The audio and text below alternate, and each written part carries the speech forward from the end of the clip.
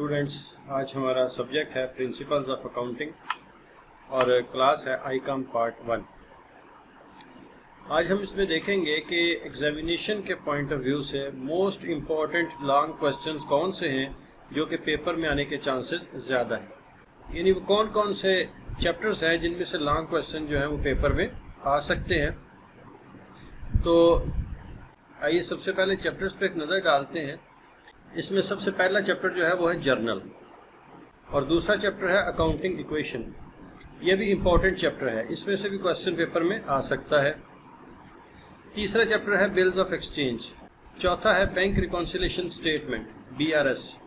ये भी most important chapters में से शामिल है। फिर आता है कैपिटल एंड रेवेन्यू। नंबर 6 पे है रेक्टिफिकेशन ऑफ एरर्स और आखिर पे फाइनल अकाउंट्स विद एडजस्टमेंट। ये वो 7 मोस्ट इम्पॉर्टेंट चैप्टर्स हैं जिनमें से पेपर में क्वेश्चंस आ सकते हैं। ज़रूरी नहीं कि इन सब में से आए, इनमें से बदल बदल के क्वेश्चंस जो है वो पेपर में आते हैं।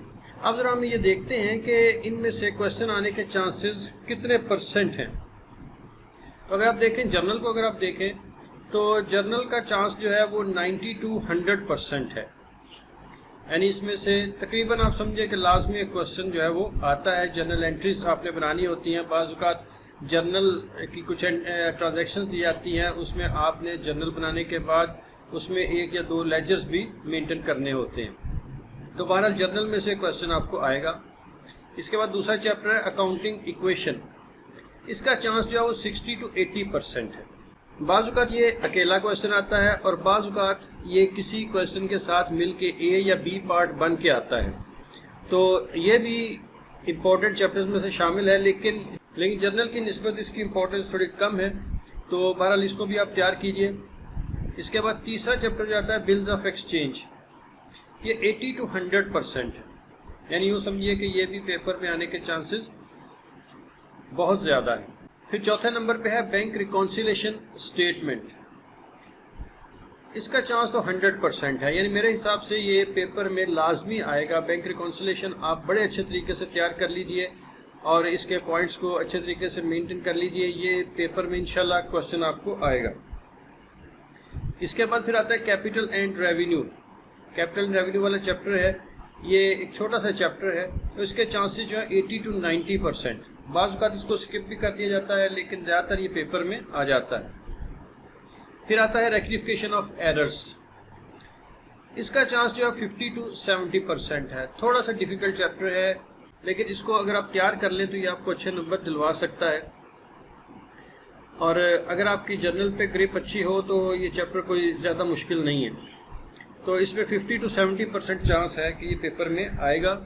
इसके बाद जो फाइनल अकाउंट्स है विद एडजस्टमेंट, फाइनल अकाउंट आएगा। Trading profit and loss account आपने बनाना होगा, जिसमें ट्रेडिंग अकाउंट बनता है, प्रॉफिट एंड लॉस अकाउंट और फिर बैलेंस शीट, लेकिन इसके साथ एडजस्टमेंट्स जो हैं वो भी इसमें आएंगी। इसका चांस जो है 100% है, यानी ये पेपर में लाजमी क्वेश्चन आपको आएगा। तो ये मैंने आपको 7 चैप्टर्स जो हैं वो बताए हैं और इनकी परसेंटेज भी बता दी है कि आपने इनको अच्छे तरीके से तैयार कर लेना है। कौन कौन सा चैप्टर जो है वो कितना % चांस है पेपर में आने का। तो अगर आप इनको एक फाइनल लुक इनकी देखें तो journal, bills of exchange, bank reconciliation statement और फाइनल अकाउंट्स विद एडजस्टमेंट, मेरे हिसाब से ये 4 क्वेश्चंस जो हैं ये 100% पेपर में आने के चांसेस हैं। अगर ये 4 चैप्टर आप अच्छे तरीके से कर लें तो आपके मार्क्स बहुत अच्छे आ सकते हैं, आपका पेपर बड़ा अच्छा अटैम्प्ट हो सकता है।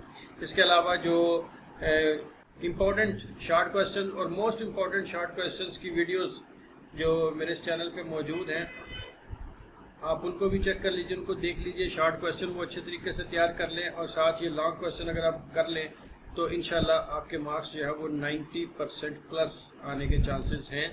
इस पर थोड़ी सी मेहनत हो तो ये आपको बड़े अच्छे नंबर दिलवा सकते हैं।